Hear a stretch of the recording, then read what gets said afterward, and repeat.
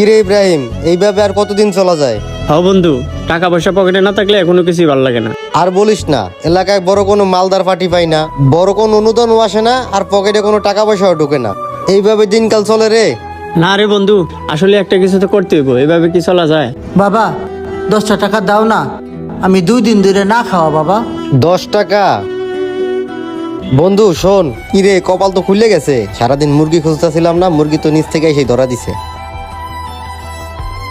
আচ্ছা ঠিক আছে, চলেন, আপনারা 10 টাকা দিতেছি। ভাই, এই অসহায় লোকটা বিপদে পড়ছে, তারে কিছু সাহায্য করেন।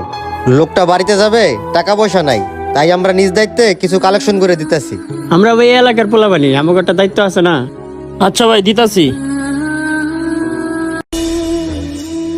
ঠিক আছে ভাই।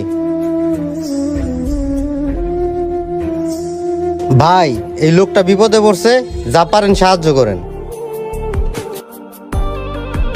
টাকা পয়সা নাই রে। ঠিক আছে ভাই, আপনাকে অসংখ্য